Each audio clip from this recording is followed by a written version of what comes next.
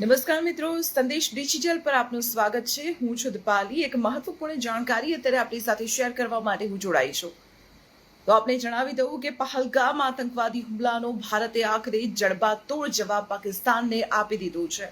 જી હા, પાકિસ્તાન પર ભારત દ્વારા કરવામાં આવી છે એર સ્ટ્રાઇક ઓપરેશન સિંદૂર અંતર્ગત આ એર સ્ટ્રાઇક કરાઈ હોવાની જાણકારી મળી રહી છે। આપણે જણાવી દઈએ કે આતંકવાદ વિરુદ્ધ આખરે ભારતે ઓપરેશન સિંદૂર લોન્ચ કર્યું અને પાકિસ્તાનના 9 આતંકી ઠેકાણાઓને નિસ્તે નાબૂદ કરી દીધા હોવાની જાણકારી અત્યારે પ્રાપ્ત થઈ રહી છે। જે લેટેસ્ટ અપડેટ મળી રહી છે તે પ્રકારે 6 મે 2025ના મોડી રાત્રે લગભગ 1:30 વાગ્યાની આસપાસ આ ઓપરેશન સિંદૂર લોન્ચ કરવામાં આવ્યું અને પાકિસ્તાન ઓક્યુપાઈડ કાશ્મીર એટલે કે પીઓકે અંતર્ગત જે આતંકવાદી સ્થાનો હતા કે જ્યાં આતંકવાદને પોષવામાં આવતો હતો, જ્યાં આતંકવાદીઓને ટ્રેનિંગ આપવામાં આવતી હતી, જ્યાં આતંકવાદી તૈયાર કરવામાં આવતા હતા, તેવા 9 આતંકવાદી સ્થાનોને નિસ્ત નાબૂદ ભારત દ્વારા કરી દેવામાં આવ્યા છે। ભારતીય આર્મી દ્વારા આ ઓપરેશન સિંદૂરને પાર પાડવામાં આવ્યું છે। આપણે જણાવી દઈએ કે જે રીતે જાણકારી અત્યારે સામે આવી રહી છે, પાકિસ્તાનના કુલ 3 સ્થળોને ટાર્ગેટ કરીને આતંકી ઠેકાણાઓને નિસ્ત નાબૂદ કરી દેવામાં આવ્યા છે, જેમાં બહાવલપુર, કોટલી અને મુઝફ્ફરાબાદનો સમાવેશ થાય છે। આ 3 સ્થાનો પર જે આતંકવાદી સ્થાનો હતા કે જ્યાં આતંકવાદીઓને ટ્રેનિંગ આપવામાં આવતી હતી, આતંકી કેમ્પ હતા, તેના ઉપર ટાર્ગેટ કરીને એર સ્ટ્રાઇક કરવામાં આવી છે। ભારતીય વાયુસેના દ્વારા આ સમગ્ર ઓપરેશન પાર પાડવામાં આવ્યું હોવાની જાણકારી અત્યારે સામે આવી છે। આપણે ખ્યાલ જ હશે કે પહલગામ આતંકવાદી હુમલો 22 એપ્રિલના રોજ થયો અને આ ઘટનાને 15 દિવસ વીતી ગયા છે અને આ 15 દિવસ દરમિયાન સતત દેશમાંથી એ માંગ ઉઠી હતી કે પાકિસ્તાનને જડબાતોડ જવાબ આપવામાં આવે અને આખરે ભારતે પોતાનો જડબાતોડ જવાબ પાકિસ્તાનને આપી દીધો છે।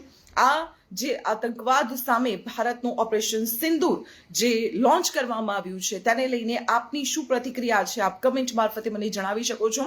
આપણે એ પણ જણાવી દઉં કે પાકિસ્તાનમાં જે એર સ્ટ્રાઇક કરવામાં આવી છે તેમાં પાકિસ્તાની સૈન્યને કોઈ પણ પ્રકારનું નુકસાન નથી પહોંચાડવામાં આવ્યું, કારણ કે એ સુનિશ્ચિત કરવા માટે ભારતે આ પગલું ઉઠાવ્યું છે કે આ લડાઈ પાકિસ્તાન સામે નથી, પરંતુ પાકિસ્તાનમાં જે આતંકવાદને પોષવામાં આવી રહ્યું છે, આ આતંકવાદ વિરુદ્ધની લડાઈ છે અને એટલા માટે જ માત્ર આતંકી ઠેકાણાઓને જ નિસ્ત નાબૂદ કરવાની કાર્યવાહી આ ઓપરેશન સિંદૂર અંતર્ગત હાથ ધરવામાં આવી છે।